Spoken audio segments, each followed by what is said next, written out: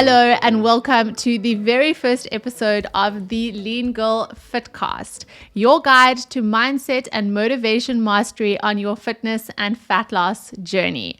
We are going to be unpacking really practical, simple hacks that are going to help you move from knowing into doing and help you to take that inspired action that I know you want to take. I am very excited to be joined by my dashing husband, Gilan.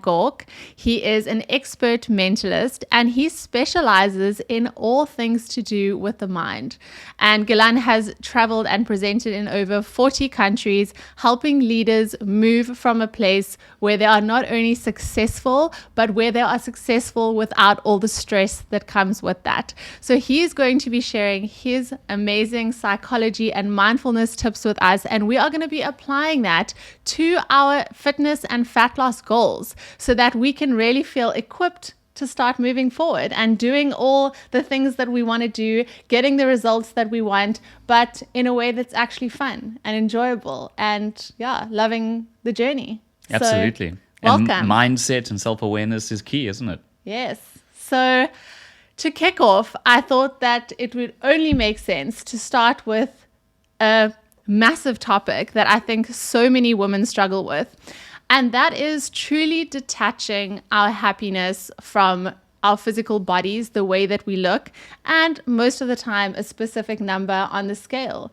That we feel like when we reach this number sometime in the future, all of our worries will go away and we will finally be happy. And obviously the challenge with this, which is what we're going to be unpacking here today, is that firstly, that goal is always moving. So it's always sometime in the future. It's never now. And it is just crazy to be creating conditions that are not current conditions that we say we'll only be happy when in reality, as we'll see today, it's really we can only experience happiness right now, right? In the present. Yeah, I mean, I relate to that goal. You've seen me on my fitness journey, and it was the opposite for me. So instead of wanting the scale to go down, I wanted it to go up as I was trying to work so hard to put on muscle. And so I know that I've also gone through stages where I've become so emotionally vested in what is the scale saying, you know? Yes. I mean, there's a psychological element to our performance and what's going to get us to our goal quicker. Yes. And I mean, very similarly, if you've known any of my journey, I basically spent decades being a total slave to the scale and my mood would be up and down. I mean, if I was having a good day, little did you know that it was because the scale was a few grams down that morning. And then, of course, that emotional roller coaster that comes with that. And so in today's episode, what I really want to do is to help you to create this firstly, a mental shift and a perspective shift that once we start deconstructing this idea, it actually seems crazy that we are doing this to ourselves.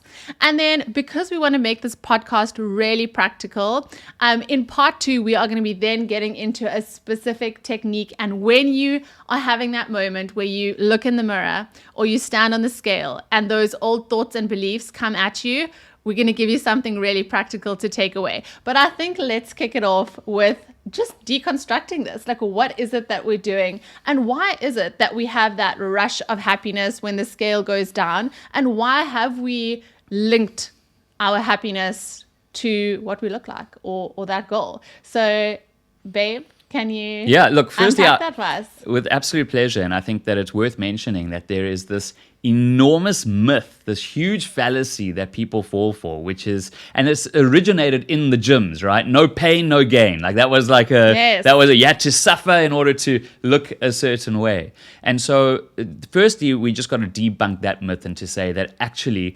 whatever your journey is on, if you're looking to lose fat, if you're looking to put on muscle, you have to get from A to B. You don't have to suffer psychologically on that journey, right? You can actually get there and enjoy every single moment. So you can start living now and not start suffering now with the hope that in the future you'll be able to live, right? Which is exactly what I even teach in my programs and my food philosophies on Instagram, right? I'm like, you can have the pizza. Maybe it's not the Andicio's double cheese, but you can still enjoy your food. You can still, and as soon as you take that suffering out of it, your consistency goes up and your results start to boom as well. So exactly. Yes. So let's talk about where this myth or where this idea comes from. And I'm going to turn the idea around rather and say that this related myth is that happiness is something that is manufactured. It's something that we create. And it starts off when we're really small, when we're children, and we wanted something. We needed food. We wanted attention in order to get food, right? Or maybe it's not even about survival. Maybe we're in the shopping center with our parents and we wanted a chocolate, right? In that moment that we wanted something, in that moment that we were seeking something, we weren't happy, and we expressed it in some other way, right? I can neither confirm nor deny that I used to throw tantrums when I was a young kid. You know that story where if I couldn't get a chocolate, I would just crush it in my hand, and then my mom would have to buy it. So this is what happens, right? We're clouded with emotions, and we feel like I want to have that chocolate, and then every once in a while, my mom would say, "Okay, here, she'd get me the chocolate," And when the moment we got that chocolate, we immediately feel happy, right? Because now we got what we wanted. And so it's a bit of a temporary happiness, and we'll discuss why in a moment. But what ended up happening is we made the association that when I get what I want, and maybe I've worked hard crying and stamping my feet for it, right? That means that this chocolate gave me happiness. And so my happiness was manufactured from this external thing that I pursued and then got. And so we start to learn that if we pursue something, maybe suffer along the way, and when we get it, we then have that moment of like, right, this is the joy, the peace, the happiness that I've been looking for. And we attribute that. We give credit to the thing that we pursued and got as the thing that created our happiness. Mm-hmm. But this is the wrong attribution. We actually have fallen, we got a blind spot. There's actually something else that's happened. So, our natural state as humans is actually to feel peaceful, to feel happy. And, when I say happy, sometimes we think that it's all smiley and giggly and all of that kind of stuff. But it's actually a little bit more nuanced than that. It's like the absence of unhappiness, which is almost like a fulfilled, peaceful state. And the kind of feeling tone to that is joy and happiness, right? Mm-hmm. It's a very sound place to be. And the moment we start wanting something that we don't have, we start seeking something, we start desiring something, or the other side of that is fear. The moment we start resisting or trying to avoid things, we're trying to get away from something. Well, I think that is kind of like what we're doing, right, with our fat loss. We're either avoiding getting fat, because that could be the most terrible thing we could ever be, right? And society is driving that message as well. And then, of course, we also see all of these visuals on social media, and then we start desiring that goal as well, right? Now, okay, this is the perfect body, and unless I have that, I'm not good enough. Absolutely. So we land up clouding or obscuring our natural state of feeling peace, inner peace and happiness and fulfillment. We cloud it with this kind of turbulence. If you imagine the sky and there's kind of a thunderstorm, right? The clouds cover obscure the beautiful sky. And so it's at the moment that we get what we want, which is the chocolate, which is the number on the scale, which is the compliment from someone. In that moment, we stop temporarily seeking because we got what we thought we wanted, right? And it's in the absence of seeking or resisting and avoiding that it's like the clouds dissipate a little bit and that natural sky can shine through, that natural joy and peace actually gets a chance to be felt, to be experienced. And so in the absence of that, we feel that joy, but then we wrongly attribute the joy to that external thing. Right. And so we've grown up thinking, well, we have to get stuff in order to feel happy. Because think about it, if that chocolate or if that number on the scale or if that compliment from someone was the thing to make you happy, once you got it, you'll be happy the rest of your life. Yes. But what lands up happening... You just redirect and actually there's something else that you want. Now there's something else we need. I mean, on my own fitness journey, I've experienced this as well. And even going for a specific number on the scale, and then I get there and then I'm like, shit, but my ass is still a bit saggy, so now I'm unhappy about that, and there's a new goal that I'm going to go for now. And I think as well, like especially in you mentioned compliments there, you know, people will always praise you when you've lost weight or when you look good, and obviously then you start feeling like, oh, okay, well now I'm going to be noticed, loved, and accepted, the slimmer I am, the body that I want, and all of these things is what we're chasing, right? When in reality, as soon as we actually deconstruct it, it's, as you just said, we're not fearing or desiring. And I love that sunset analogy that we've spoken about. So that moment when you're looking out and let's say you're on the prom and it's the most gorgeous sunset and you're like, wow, just total bliss. And it's because in that moment, you're not thinking of anything that you don't have. You're not trying to avoid anything. There's no fearing and desiring, right? That's it. I mean, you see often things that give us a sense of awe.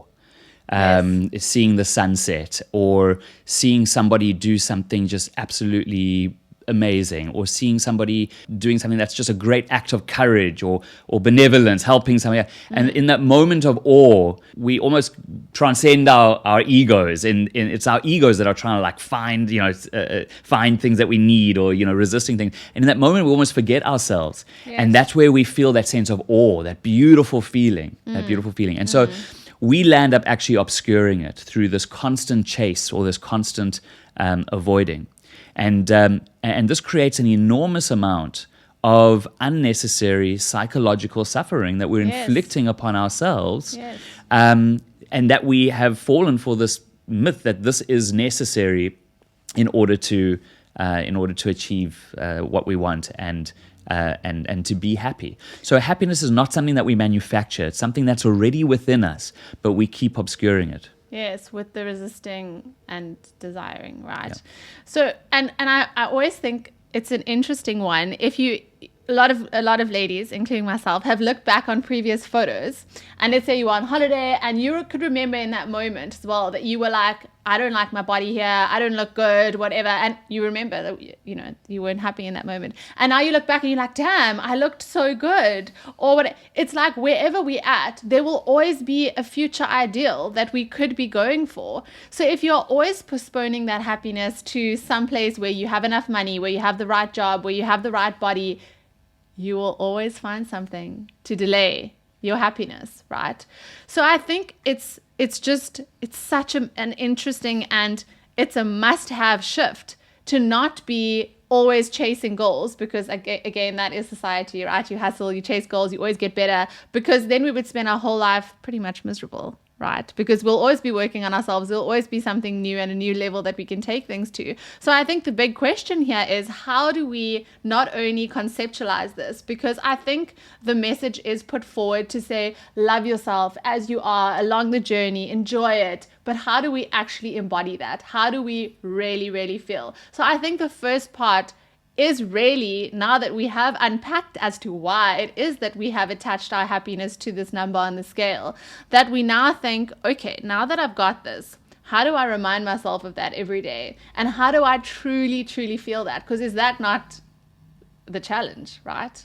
Yeah, so that is the big question, is how do we, this sounds great conceptually, okay, I understand how my happiness is actually not in the external things, because that's always a moving target, so I'm just going to constantly be unhappy if I'm putting in that, but how do I live from a place where I am happy inside all the time, no matter what the scale is doing? And the other question is, if I'm not seeking or resisting anything, where will my motivation come from? This is a common question that people get from. They're like scared that, like, well, if I stop having that desire to want to change, then it means that I'm gonna, all of those good habits that I know will be healthy for me are gonna go out the window. And the reason why that's not true is that when you are feeling full of joy, full of love, when you're feeling fulfilled, do you feel like you want to crawl under your bed covers and like just hide from the world? Or like, what is that experience for you when you're just feeling peace, joy, fulfillment, love? What does that do to you?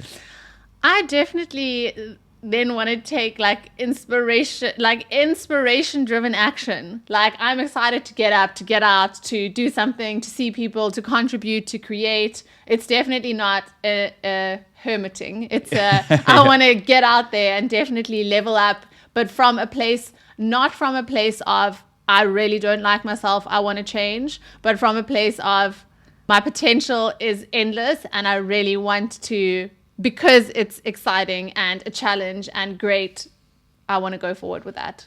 Yeah. And, it's interesting because one can think, oh, my potential is endless, and still be miserable trying to pursue your potential because you're always putting your happiness in those external things, thinking, well, when I reach that level, then I'll be happy. And we've discussed how that doesn't work because before long, you're unhappy again because of that seeking and resisting. Or you could think my potential is infinite, and you can have that sense of fulfillment already, of completeness, of love. And like you mentioned, the way you described it, you get energized, right? You want to go out there, you want to share it with people, you want to, you feel like you want to take inspired action. And so actually, to get to your goal, you can be in that amazing state. You don't have to worry about, well, if I let go of that desiring. It's specifically the desiring of seeking, of getting that happiness from an external thing. But you will, when you let go of that, you'll find a new type of desire, which is a desire to want to contribute to the world. And part of that, by the way, is a desire to be fit and healthy and to be the best version of yourself in service of something bigger than just yourself. And that's an even more powerful sense of energy. Yes. And we are going to be getting a bit deeper into that in part 3. So this is actually a 3-part series because this is such a big topic and we want to make it practical. So I hope that this has given you that, just even a glimmer of a new perspective that we can have here around putting that happiness on an ideal weight, on an ideal body, on how we look, and how crazy it is to be going for this future moving target and waking up each day, making ourselves, we are basically deciding that we are not going to be happy today because a crazy number said that we won't be. And that's a number that we've made up, right? We've said, I will not be happy until. So I think a lot of food for thought here, and I am very excited for part 2 here, where we are really going to get into, okay, I wake up, I walk into the bathroom, I either look in the mirror or I jump onto the scale, and those old habits start rushing back. Because here's the thing, I don't think never getting on a scale, never looking in the mirror, that's not the solution, right? That's a Band-Aid. We need to be able to use the scale as a tool or have a look at our progress and be able to make smart moves forward, because this is not about not having goals. It's not about, perhaps if you're overweight, of course, we want to get healthy, we want to improve, we want to feel better about ourselves. So that is not what this is about. But this is how do we find that peace and happiness and joy along the journey. Yeah, so in episode 2, we're going to be talking about a step-by-step process that as you step on the scale and let's say it's not what you expect and you feel that surge of emotions and those negative thoughts, like what do you do in that moment? And I'm looking forward to breaking that down with you. Yes.